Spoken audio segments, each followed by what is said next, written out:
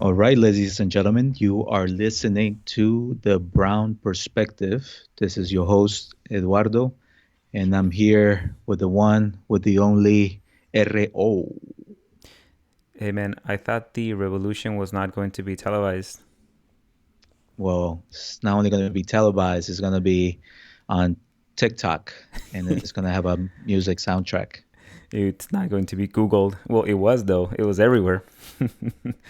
Yeah, the so, it is the first episode of 2021, and we all thought that 2020 was a horrible year. How can it get any worse? On the sixth day of the year of the new year, we got our answer, and yes, indeed, it can. So today we're going to talk about what transpired in our nation's capital this week, a place that has special place in my heart because in some ways I developed myself professionally and lived in Washington D.C. But then we also want to tackle some of the other angles, some of the other stories that came out of what happened this week, including the police collaboration, whether or not obviously the double standard about how these protesters were treated versus those with Black Lives Matter, as well as the impeachment proceedings that are now in the works. So we want to try to have a brief, insightful conversation on all of those elements today. Yeah, one other thing about it is one way or another, Donald Trump was able to achieve a goal that he may have had when he set out to run for president, which was to stay in the spotlight all the way till the end, and he did it. We wanted to go out with a bang, and Yeah, what a bang exactly. it was. Yeah, why don't we start first with the language that is being used to describe this? And I am on Twitter, on other social media platforms, and you've heard protests, riots, insurrection, coup. You know, Hmm. if you can believe that, some people saying that this was a coup, a mild coup, a semi coup, Hmm. and it's hard. And the other part of this is that you do hear that double standard as well with the more conservative media, that they're saying, oh, why is everyone so upset? Because you guys weren't upset when Black Lives Matter were destroying cities and looting and burning. Hmm. And then they try to make it seem like all these guys were peaceful. And then they don't talk about the aspects of this protest that turned into a riot that also vandalized the Capitol and it turned violent. One police officer died. Yes, and I think it's just an amazing, and you get to that spectrum of the language, right? So you start realizing that more to the right that you are, you want to use the lesser terms like a riot, protest, and obviously if you think it was outrageous what happened, then you're in the sedition coup area. And in reality, I think it progressed. I think that it started out as a peaceful riot, as I think all of us anticipated, and Capitol Police apparently anticipated that was going to be the case, and and we know that the president told him to head to the Capitol, and I think gave him some pretty aggressive language, and we also some of the images to see it. And I know that as we talk about the language, the symbolism of the Capitol, there was a really good piece on NPR today, just talking about what it means, the Capitol means, and why it's so important to our democracy, and the fact that it may have taken a building to take out Trump, who, as we all know, has made his name in real estate, and obviously what's going to be the future of Trumpism moving forward. But to your point, I think part when this first went down, I turned to Fox News, and it was reassuring to see that they were using the same language that was being used in other media. But then as the coverage went on, you can start seeing how they were trying to shift the attention and bring the conversation back to what was happening with Black Lives Matters. Yeah, and I don't know if you got a chance to look at One America Network, which these days is more pro Trump and even to the right of Fox News, and they were probably putting a spin on this as well, trying Mm. to deflect and trying to make it seem like like that there's no reason to be upset, or that the all the making it about the liberals being hypocrites, that they're upset that this is happening, where before they were encouraging Black Lives Matter, as if the two protests could even be compared. You know, the goals of what the two Hmm. protests are. One protest is for equality and to bring about a better country for all of us, and the other one is about challenging the election and undermining the Constitution. So yeah, they never mentioned that, but here's the article that you referred to. So you wanted to highlight this, right, by Ron Elbing, the opening line. Yes, so it took a building to bring down Donald Trump, and it gets into he really makes some really good points on this piece. The fact that the the Capitol in some ways does represent our is the closest thing to our civic temple, right? So this perception of it being a sacred place, and as a student of politics, as somebody who had the opportunity to be an intern on Capitol Hill, who gave tours of the Capitol, who talked about the apotheosis of George Washington and the image under the rotunda, who talked about statutory hall and all those elements, as somebody who got to work in the Senate for a number of years, Yeah. who was a as a brown man was very conscious about having his Senate ID visible because I knew of the heavy police presence there, and not wanting to be taken as an intruder. And then the other thing, as a Latino, I also look Middle Eastern, so I know that that's what uh, another dynamic that was happening at the time, shortly after 9/11, um, and all those things, and just realizing how the type of how much of a fortress that capital can be, and then just to see it overrun the way that it was just to me it felt like we had lost something really special, like a church being desecrated. Whatever is your most holly Holy. most holy place, it felt like it had been desecrated. Have you heard anything about the police officers moving the barricades so that the protesters could walk in? And I'm reading this article here from the Atlantic as well, and it says according to the Associated Press, the Capitol Police knew about the potential threat of the riot days before it took place, but they Hmm. rejected offers to help from the National Guard and the FBI. Yeah. And so this article makes the claim that they rejected this offer. The underlying case that this article is making, at least so far, is that it's because it was predominantly Blue Lives Matter protesters. Yeah, Traditionally, and the can conservatives that would be for police officers, and also they happen to be white. And can I And just point out the irony of that? Like, and I heard that one of the reasons that there weren't a strong as a stronger military presence was because supposedly the mayor of DC didn't want it to be. What maybe it wasn't the mayor of the DC, maybe it was the Capitol Police who decided that they didn't want to uh, expose themselves or seem like the Capitol was over militarized, just like it had been over the Black Lives Matter protest. yeah, but But obviously that clearly backfired, and in part to your point, it was probably large in part because they thought, okay, these are mostly, quote unquote law-abiding citizens. Some of them are in law enforcement. They're gonna respect the laws, and they're not gonna cross our forces. yeah, that sounds to me like it's just a statement to save face, saying that they didn't want to be perceived in a negative light after the way that they cracked down on Black Lives Matter. Hmm. It, that's something that you just say after the fact. Or at least that's how I feel. Yeah, I Um, think you're right. when you going back to what we said earlier, which is what's the right way to refer to this? Is it a simple riot that got out of hand, a a protest that got out of hand, or a riot, an insurrection, sedition, or a coup, if you want to go down the gradient?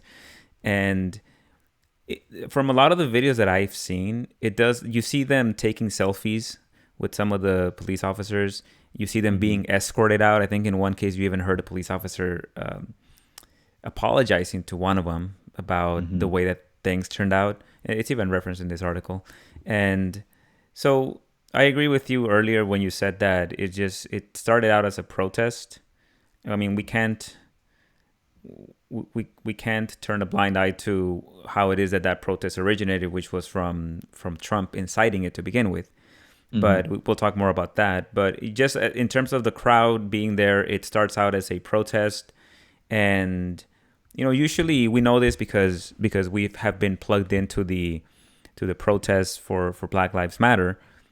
We know that a lot of the times when things get out of hand, it's because the police officers are the ones that are instigating, right? They start with the Hmm. tear gas, they start with the pushing people and pushing them out of the way, Hmm. um, trying to get them off the street or just being aggressive, and then that's how you get a crowd going. So it was. I saw it as something similar here, where you had most of the crowd that was protesting. Maybe there were some small, radical, more violent elements within it. But in this case, the cops were not instigating as much as they do with Black Lives Matter. Yeah. But they did the opposite. They let them through. Hmm. And then once you get a whole bunch of people into a confined space, those small instigators, even if they're 1 or 2% of your crowd, if you're all confined like sardines, it's gonna get a little out of hand. And Yeah. so look, I'm not a conspiracy theorist or not, but if you wanted to set Trump up for failure, and if you wanted to have a way of having something against him, this would be a perfect opportunity. You knew that there was going to be a crowd there. You knew that you could, that if you know that if you steer crowds in a certain direction, you can get crowds to do things, and once things get out of hand, then you've achieved your goal. I'm not saying that it was, but I'm just saying that it presented a great opportunity to put Trump in a bad place. And that's, or at least that would be one of the only ways to justify why the behavior of these officers, that they opened the barricades and they just let them in, considering how we know that they treated Black Lives Matter. Hmm. And so either they're incredibly racist, and this shows that because they're white they wouldn't treat them another way, or maybe there was some ulterior motive behind this. And I'm not saying I believe this stuff. I'm just saying I'm just contemplating all of the different possibilities, because there's a lot of stuff that doesn't really make sense from this. No, yeah, it's fascinating stuff, and I think it could be a number of those items, right? A number of those theories.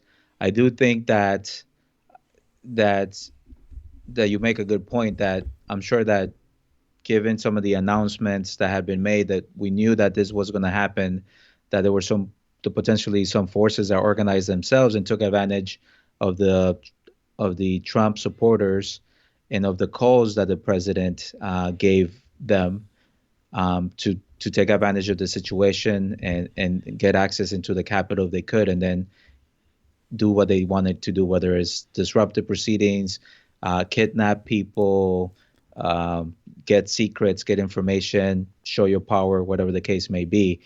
I also think that it was, because they were so understaffed and there was not enough police to hold the size of that crowd without extreme violence, right? So I was waiting when people were outside. I was waiting for warning shots. Mm-hmm. I did not hear a warning shot. If it would have been, I thought that before people could get into that building, I thought there were going to be shots. I thought people were going to get killed or at least warned.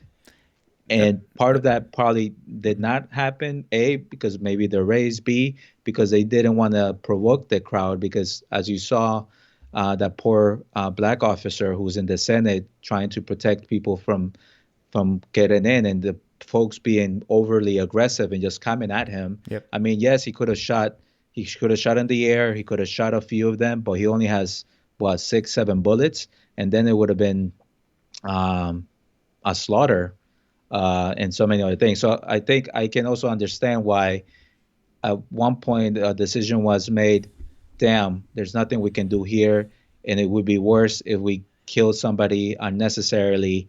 So let's just let them in.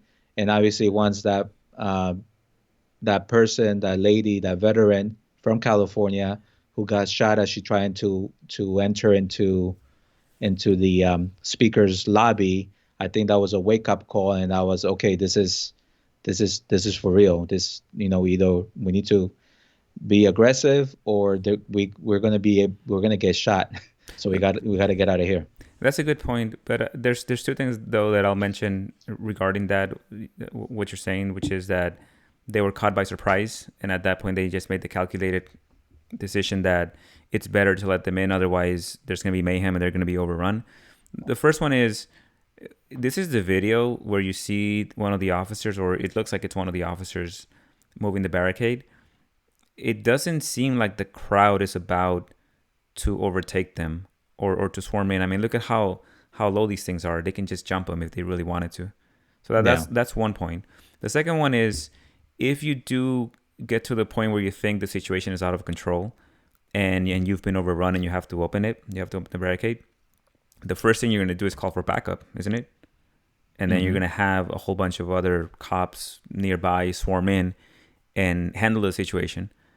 But look, when they open up this barricade here, Police are squabbling with protesters. Oh, there we go.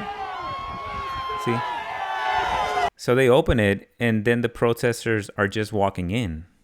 Yeah. That doesn't seem to me like they were about to be overrun by the Yeah. protesters if they didn't open it. So it's hard to say. This is the problem with these situations. We have the video footage, but we don't really know exactly what's going on, and so all you have is pure speculation regarding that. Like, again, it doesn't make any sense why they didn't have uh, more police officers to protect, to chill the crowd. I mean, look, I'm not upset that they didn't get as violent as they do against Black Lives Matter movement. I mean, that's not what we're trying to say here. We're not trying to say they should have treated them the same way as Black Lives Matter. We're trying to point out the double standard, and that they shouldn't be so aggressive against black or brown protesters.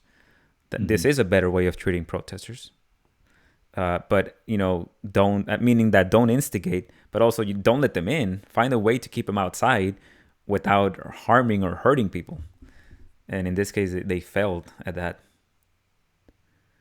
Yeah, and it's such a fine balance. In some ways, politics is in our democracy is one of the ways that we've found to channel that anger and avoid having angry mobs in our capitals dictating decisions, doing things because the mob, as you mentioned, it does take a life of its own, and whether it's intentionally or unintentionally, things are going to happen, and they can control. They can be um, they can be controlled, manipulated, and obviously, human nature and Mm-hmm. other things kick in, and then you have the chaos that you have. In some ways, politics is about managing, your mob and your people, trying to, okay, let's support it, let's go vote, let's go organize, give money, so that we have the ability to make decisions and figure things out, and not have to get to this point of going to the streets.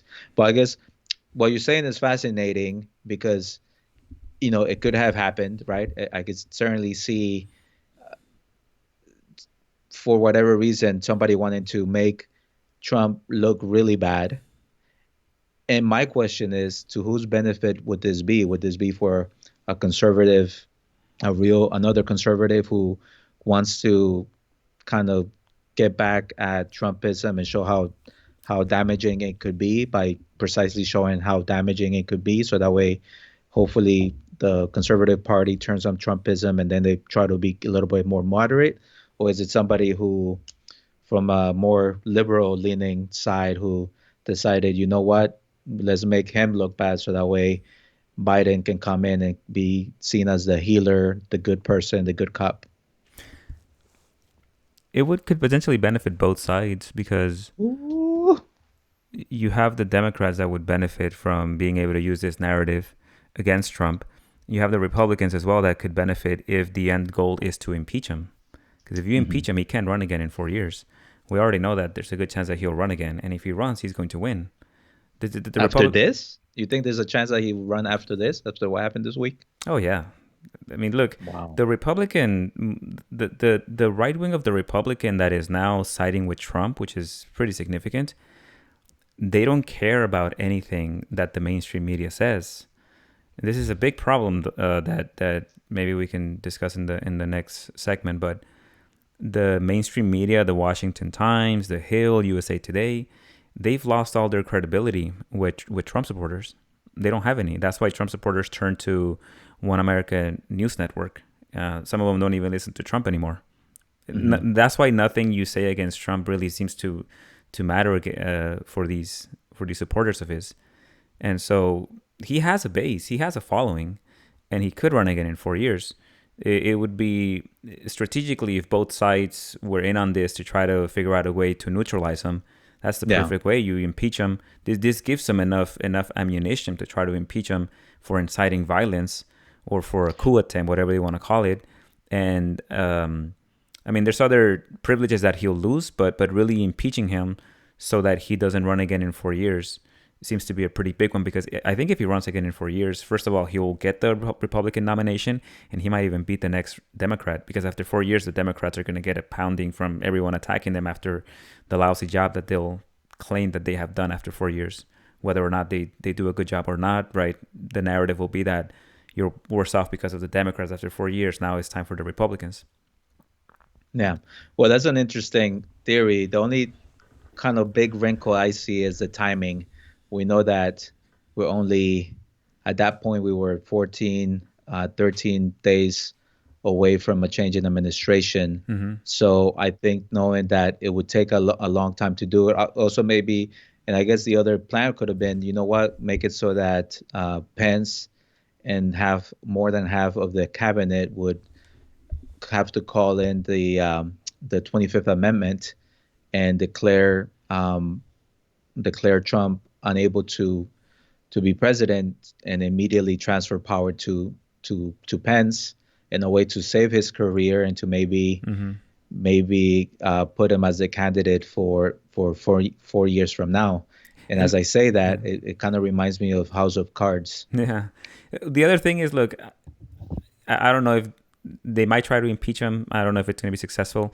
Maybe that wasn't the end goal. Maybe the end goal is just, like you said, this in itself is enough to allow the political establishment to prevent Trump from running again in 4 years. Maybe this is enough to scare anyone that might potentially back him or donate to him. It may not, right? So the people don't care. The people will vote for Trump in 4 years, but maybe they can um, generate enough a feeling of indignation for what Trump did that he won't have any backing, and that effectively means that he can't mount a successful campaign in 4 years. So, look, this is pure speculation. I'm just saying it's more than likely it's just you have these.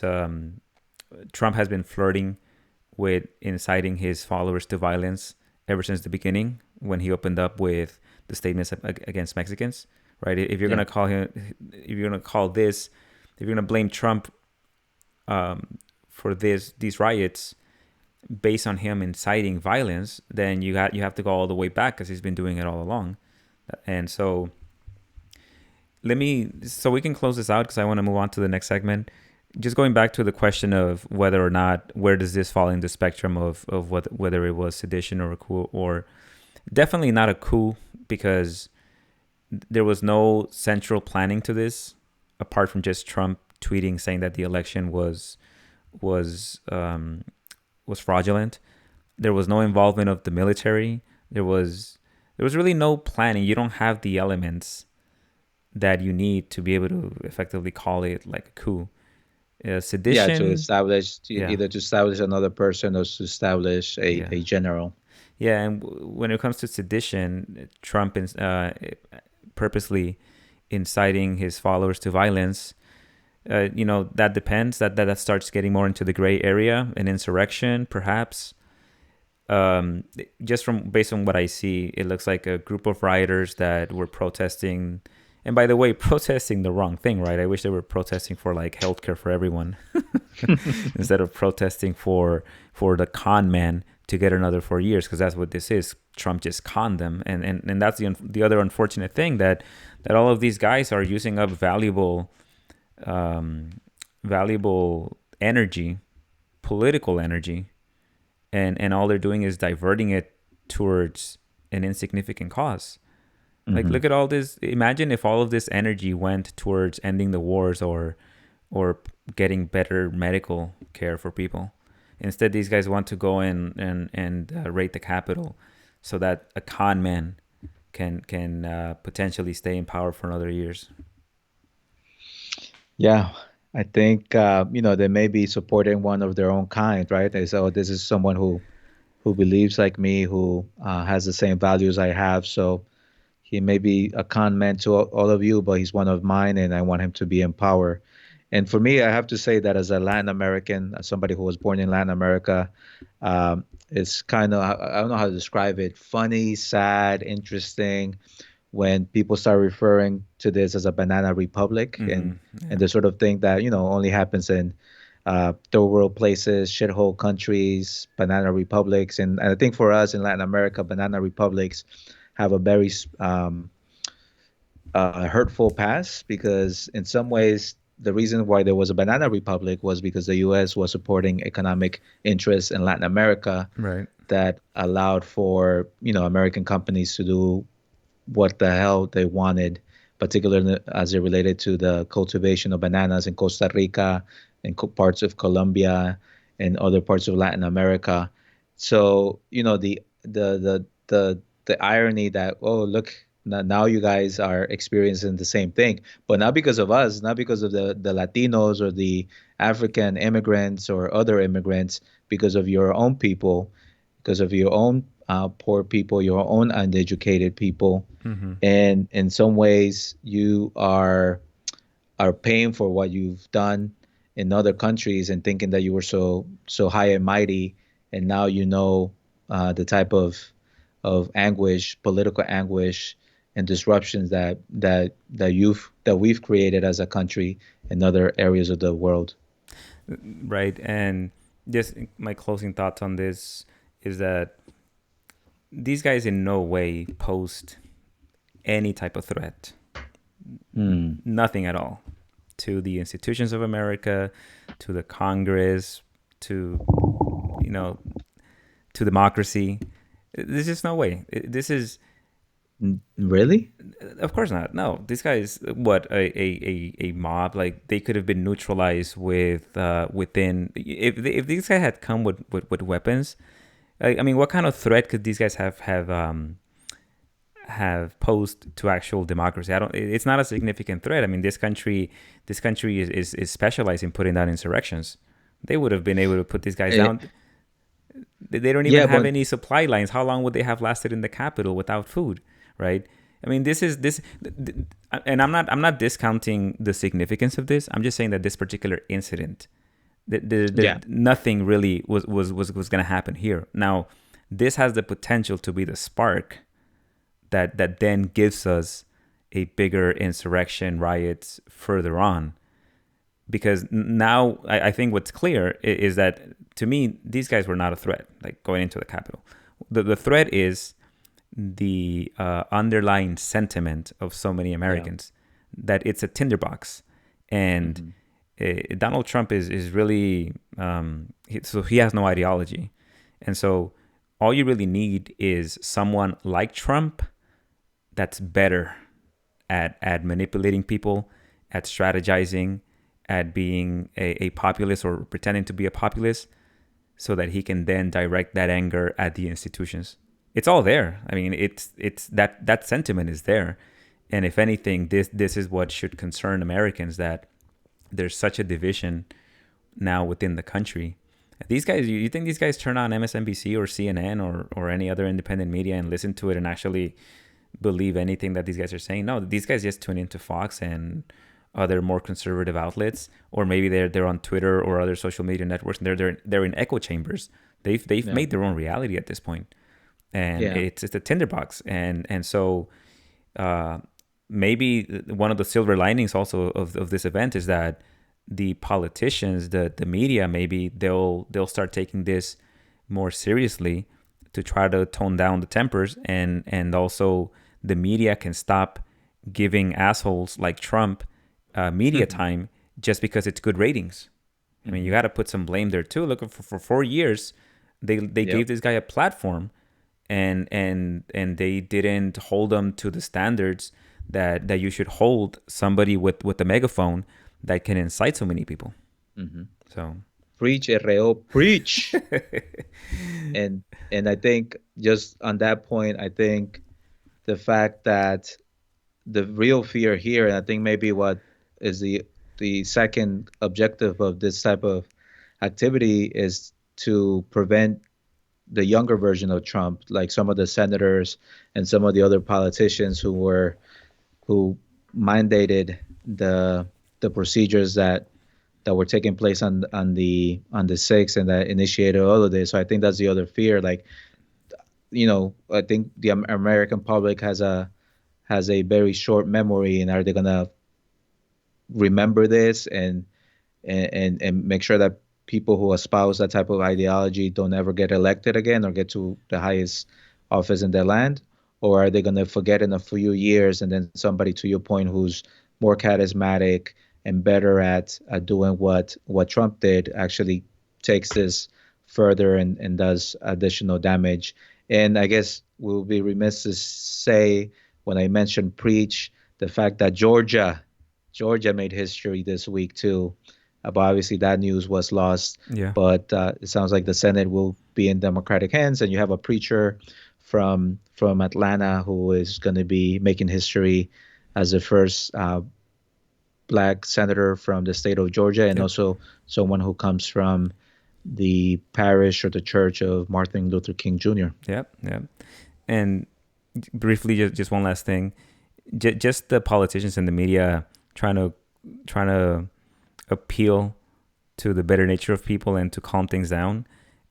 I don't think that alone is not going to be successful, because fundamentally you need to fix a lot of the problems that have been created in the last 30 years, like poverty and inequality and jobs being shipped overseas. I mean, that's what's driving all of this, and it's been happening slowly. So that's why this is a clear warning of what could potentially come. So I'm not making light of it, but I'm saying, like, this particular incident, I don't know if it would have really gotten that out of hand. This is more just incompetence, either unintentional incompetence on the part of the police or willful incompetence. And right, so that's what we just discussed. And speaking of incompetence, let's not forget that we are living through a pandemic that is really bad here in California and other parts of the country, that we're living through an economic crisis. Yep. So talk about a tinderbox, as you mentioned. All right, I think I want to wrap this segment here, so we can then move on to the next one also on this topic. Any other thoughts? No, I think we covered it. A lot of good information and ideas, things that I planned to talk about, and other ideas and conversations that I didn't think we were going to have. So always appreciate your take and your perspective. And to those of you who are listening, this is the Brown Perspective. We encourage you to follow us on YouTube. You can see some of the options, some of the good episodes that we've done in the past. And as we close up, shout out to our 47 subscribers. Thank you for following us and believing in what we're talking about, some of the dialogue that we have in here. We're also on Twitter and on Instagram at the Brown Perspective TV. All right, that's it for today. This is your host, Eduardo, and I'll let RO close us off. Nos vemos. That's all I got. Ciao.